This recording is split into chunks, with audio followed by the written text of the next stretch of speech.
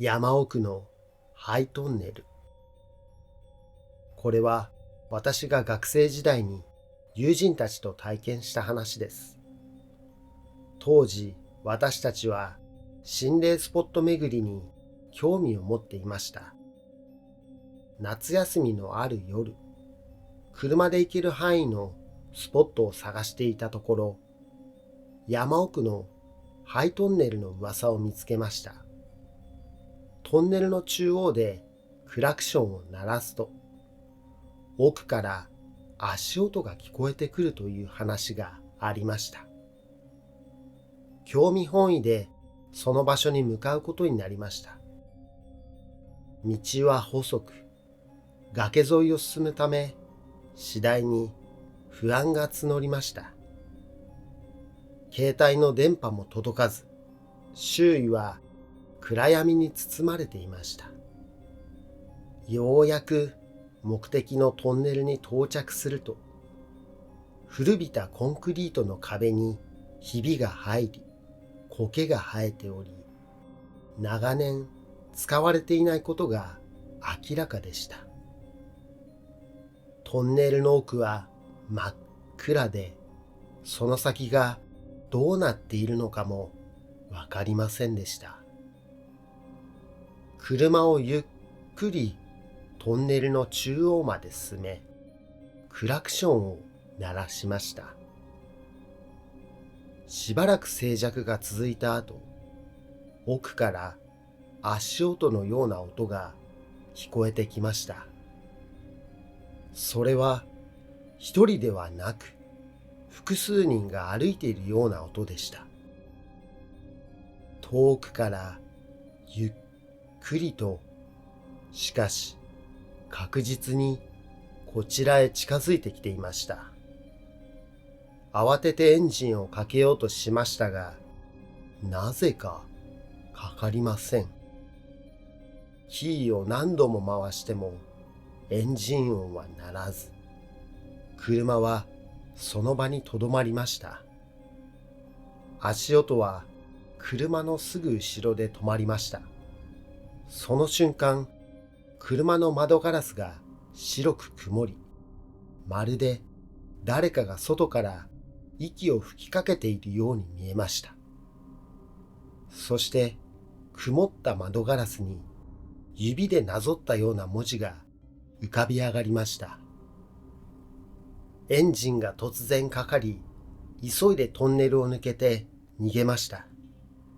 しばらく走って安全な場所に停車し、震える手でスマートフォンを取り出し、トンネルについて調べました。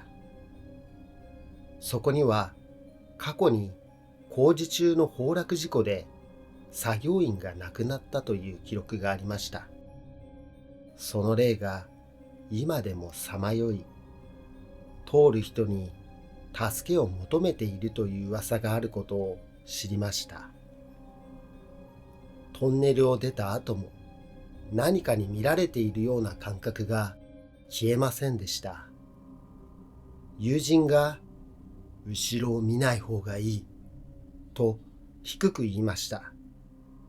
言われた通りに正面だけを見ていたものの、背後に冷たい視線を感じました。その夜、宿泊先の旅館に着いた後も妙なことが続きました。部屋の中で荷物を整理していると、誰も触れていないのにカーテンがふわりと揺れたのです。窓はしっかりと閉まっており、外の風が入ることはありえませんでした。さらに深夜になると廊下を歩く音が聞こえました。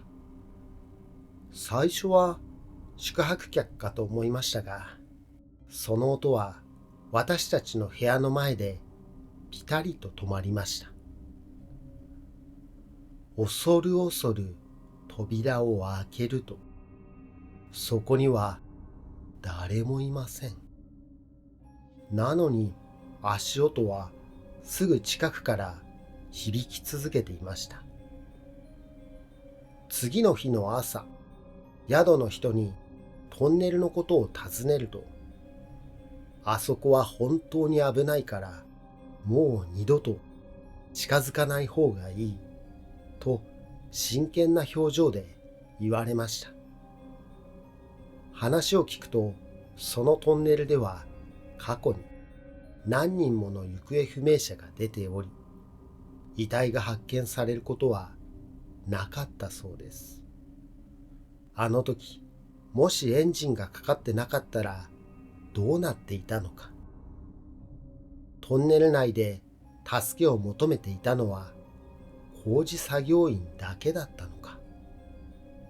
私たちはそれ以来、心霊スポット巡りをしなくなりました。そして今でもあの夜の出来事を思い出すと背筋が凍るのです。